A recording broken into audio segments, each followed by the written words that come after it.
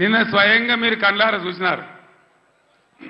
ఈ భారతదేశంలో ఉన్న చట్టాల ప్రకారం అంబేద్కర్ మహనీయుడు రాసినటువంటి రాజ్యాంగం ప్రకారం ఆర్టికల్ 3 ఆయన పెట్టినాడు కాబట్టి అంబేద్కర్ గారి పుణ్యమాని మనకు తెలంగాణ రాష్ట్రం వచ్చింది.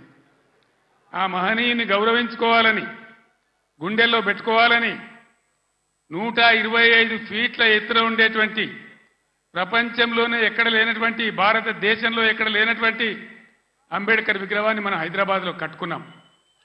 పోయిన సంవత్సరం మీరందరూ కూడా చాలా మంది వచ్చినారు. బ్రహ్మాండంగా దాన్ని ఆవిష్కరణ చేసుకున్నాం. కానీ నిన్న అంబేద్కర్ జయంతి ఆ విగ్రహం పెట్టిన తర్వాత జరిగిన తొలి జయంతి ఈ లిల్లీ పుట్కాల ప్రభుత్వం ఏం చేసింది?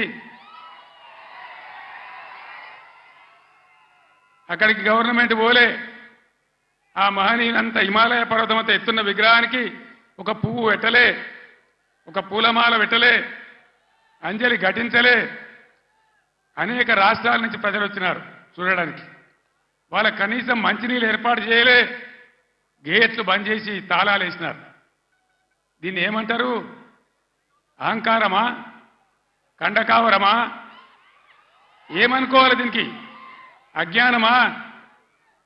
ఎవరు పెట్టిన విగ్రహమే కదా. మనం ఒక విగ్రహమే పెట్టుకోలే. ఆయన పెట్టిన ఆర్టికల్ 3తోనే తెలంగాణ వచ్చింది కాబట్టి రాష్ట్ర సెక్రటేరియట్ కూడా సచివాలయానికి కూడా అంబేద్కర్ మహనీయుని పేరే పెట్టుకున్నాం. విగ్రహం కాడికి పోలే. మరి ఆ సెక్రటేరియట్ ఎందుకు కూర్చుంటున్నారు? సిగ్గు లేకుండా కూర్చుంటున్నారా?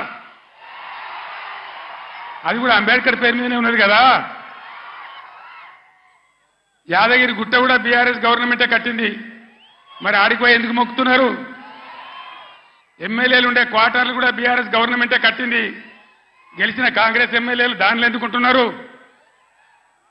అంటే అన్ని తీసేస్తారా? మిషన్ కాకతీయ చెరువులు బంద్ చేస్తారా? ఏమేం బంద్ చేస్తారు? ఈ లిల్లీ పుట్టుకాలని నేను ఎందుకన్నా అంటే దీనికే అన్నా.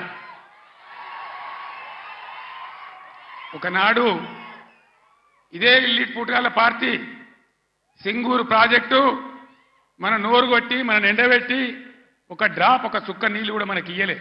హైదరాబాద్కి ఇచ్చినారు. బాధపడ్డాం, ఏడ్చినాం. పొలాలు ఎండిపోయి